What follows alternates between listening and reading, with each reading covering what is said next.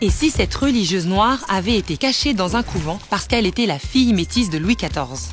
Il ne fallait pas qu'on puisse laisser croire qu'elle pouvait avoir un droit au trône. Potentielle princesse même si illégitime, cette jeune femme vivait cloîtrée à l'abri des regards avant d'être mystérieusement effacée des archives.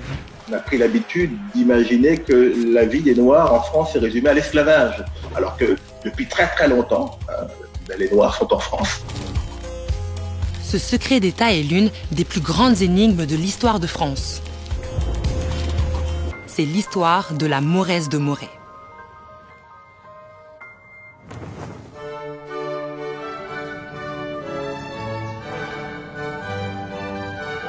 « 15 octobre 1695. La cour célèbre avec faste la prise de voile d'une jeune bénédictine dans le modeste couvent de Moret-sur-Loing, à quelques kilomètres de Fontainebleau. Elle est noire, d'où son surnom de Mauresse, terme que l'on donne à toutes les personnes à la peau foncée depuis la Renaissance. Mais contre toute attente, Louis XIV lui octroie une pension faramineuse à vie sans que personne n'en connaisse la raison. Et c'est d'autant plus surprenant parce qu'à la même période, Sa Majesté souscrivait à la mise en esclavage des Africains en promulguant le Code noir. Qui est-elle? Et pourquoi une simple nonne est-elle traitée avec les plus grands égards, telle une haute personnalité du royaume? On n'a pas de détails sur la vie de la Mauresse de façon abondante. Elle avait souvent l'habitude de dire, au moment où il y avait le corps qui sonnait quelque part, « Tiens, c'est mon frère qui chasse », en parlant du fils du roi, donc le dauphin. Sa proximité avec la royauté détonne. Et pour signifier son entrée dans les ordres, elle opte pour une triple dénomination sans équivoque. Sœur Louise-Marie de Sainte-Thérèse. Les prénoms du monarque Louis XIV et de sa femme Marie-Thérèse d'Autriche. Et surtout, cette religieuse reçoit fréquemment des visites privées des plus hauts personnages du royaume. Coïncidence?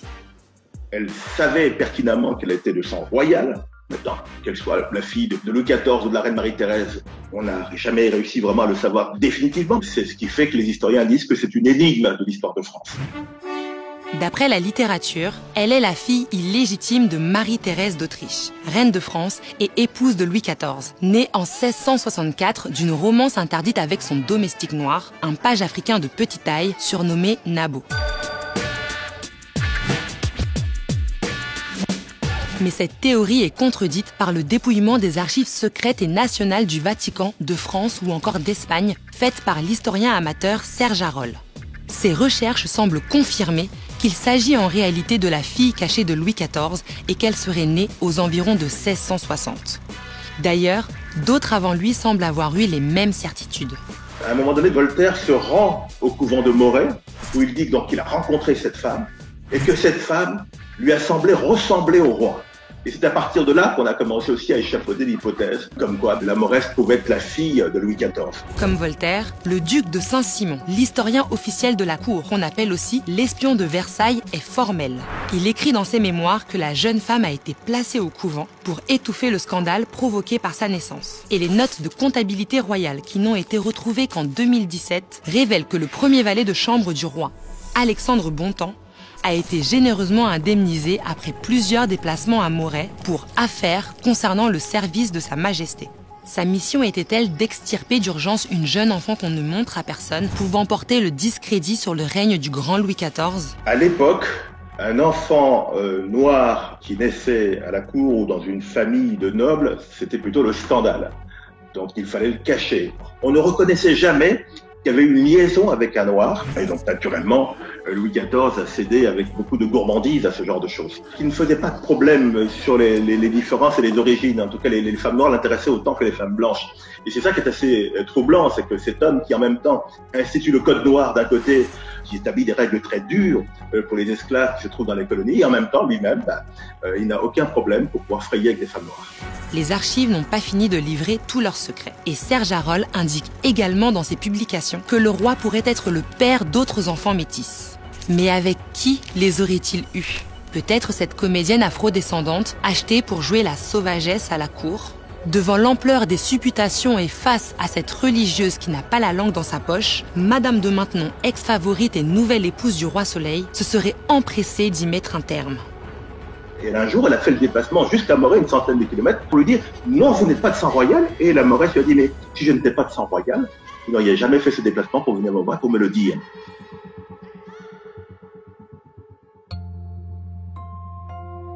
Jusqu'en 1779, un portrait de l'énigmatique sœur Louise-Marie de Sainte-Thérèse, annoté au dos princesse noire religieuse à Moret, aurait orné le bureau de l'abbesse du prieuré.